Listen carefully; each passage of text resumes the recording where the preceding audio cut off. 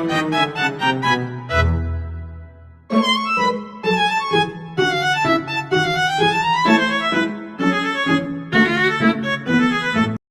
teman-teman, perkenalkan saya Ibu Ike yang akan memandu pembelajaran kita kali ini. Nah, kali ini kita akan belajar mengenai aku dan kebutuhanku. Nah, tahukah kalian, setiap manusia memiliki kebutuhan agar bisa hidup sehat, nyaman, dan bahagia? Yuk kita kenali bersama apa saja kebutuhan yang kita butuhkan dalam sehari-hari. Siapkan semangat dan rasa ingin tahumu, karena kita akan belajar sambil bermain dan berpikir. Ayo mulai petualangan kita hari ini. Tujuan pembelajaran kita hari ini yaitu yang pertama, peserta didik mampu mengidentifikasi perbedaan antara kebutuhan dan keinginan. Yang kedua, peserta didik mampu menganalisis hubungan antara kebutuhan dan skala prioritas.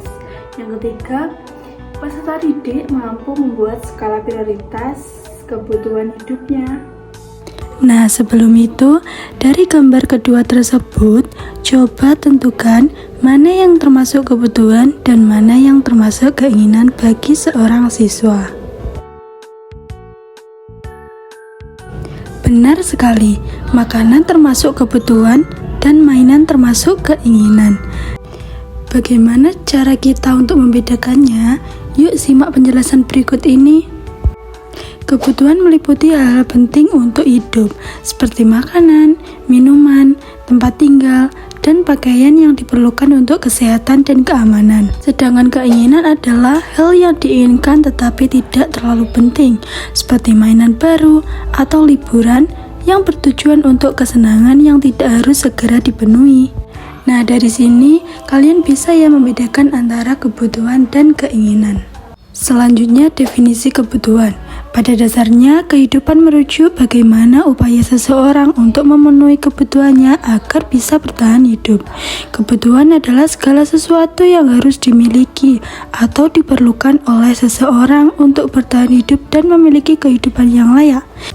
Kebutuhan manusia berdasarkan tingkat kepentingannya terbagi menjadi 3, yaitu yang pertama ada kebutuhan primer, kebutuhan mendasar dan utama yang harus dipenuhi manusia. Jika tidak terpenuhi, maka manusia akan terancam kehidupannya.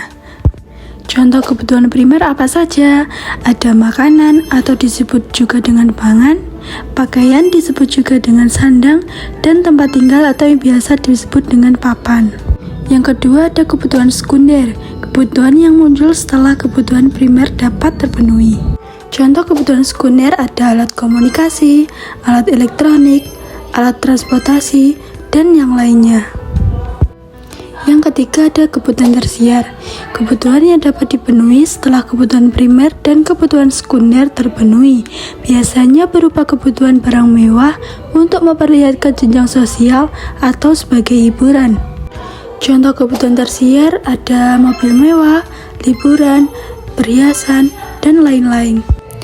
Selanjutnya kita masuk ke skala prioritas. Skala prioritas adalah suatu daftar yang kita buat untuk mengurutkan kebutuhan berdasarkan tingkat kepentingannya, dari kepentingan yang sangat penting hingga yang kurang penting. Skala prioritas ini adalah hal yang sangat bermanfaat karena kita dapat memenuhi kebutuhan yang benar-benar penting terlebih dahulu. Selanjutnya 4 kuadran skala prioritas diri. Yang pertama ada penting dan mendesak, kebutuhan tingkat tinggi dan juga harus segera dipenuhi. Contohnya mengerjakan tugas yang harus dikemukakan besok. Yang kedua, penting dan tidak mendesak, kebutuhan tingkat tinggi namun pemenuhannya bisa ditunda. Contohnya olahraga. Yang ketiga, tidak penting dan mendesak, kebutuhan tingkat rendah namun harus segera dipenuhi karena bersifat mendesak. Contohnya menjawab telepon dari teman. Yang keempat, tidak mendesak dan tidak penting, kebutuhan tingkat rendah dan pemenuhannya bisa ditunda. Contohnya menonton film. Yang terakhir kita masuk ke langkah-langkah dalam menyusun skala prioritas. Yang pertama, mencatat semua daftar kebutuhan. Kedua, menyusun tingkat kebutuhan berdasarkan tingkat kepentingannya. Yang ketiga, membuat catatan kebutuhan dan alokasi dana. Keempat, Memilih kebutuhan mulai dari yang paling memberi manfaat secara optimal, dan yang kelima memenuhi kebutuhan sesuai daftar yang telah dibuat. Nah teman-teman, sekarang kita sudah belajar bahwa setiap manusia memiliki kebutuhan seperti makanan, pakaian, tempat tinggal, dan lain-lain.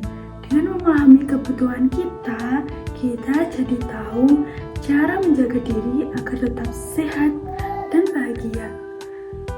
Terima kasih sudah belajar bersama hari ini. Sampai jumpa di pembelajaran berikutnya. Tetap semangat dan jangan lupa untuk